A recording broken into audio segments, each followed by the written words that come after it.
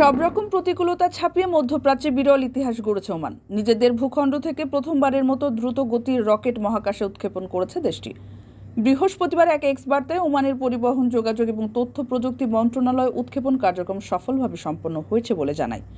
যদিও দুকুম 1 নামে রকেটটি উৎক্ষেপণের কথা ছিল বুধবার, তবে আবহাওয়ার পরিস্থিতির কারণে এদিন এই কার্যক্রম স্থগিত করা হয়। তার একদিন পর অবশেষে মহাকাশে পৌঁছে নতুন রেকর্ড গড়ল ওমান। ওমানের দক্ষিণ দুকুম এলাকার লঞ্চ প্যাড থেকে পরীক্ষামূলকভাবে সায়েন্টিফিক এই রকেটটি উৎক্ষেপণ করা হয়েছে।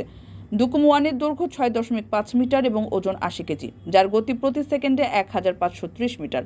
লঞ্চ হওয়ার পর 15 মিনিটের আনুমানিক সময়কালে এটি সি লেভেল থেকে 140 কিলোমিটার উচ্চতায় ওঠার কথা। তবে নিরাপত্তার ঝুঁকি বিবেচনায় সাধারণ মানুষ লঞ্চিংয়ের দৃশ্যটি স্বচক্ষে দেখতে পারেননি। এছাড়া কোনো লাইভ মিডিয়া কভারেজও ছিল না। রকেট উৎক্ষেপণের সামগ্রিক কার্যক্রম তত্ত্বাবধান করছে ওমানের পরিবহন, যোগাযোগ এবং তথ্য প্রযুক্তি মন্ত্রণালয়, যা বাস্তবায়ন করছে ওমানের ন্যাশনাল এয়ারোস্পেস সার্ভিসেস কোম্পানি বা নাসকমের সহযোগী প্রতিষ্ঠান ইতলাক।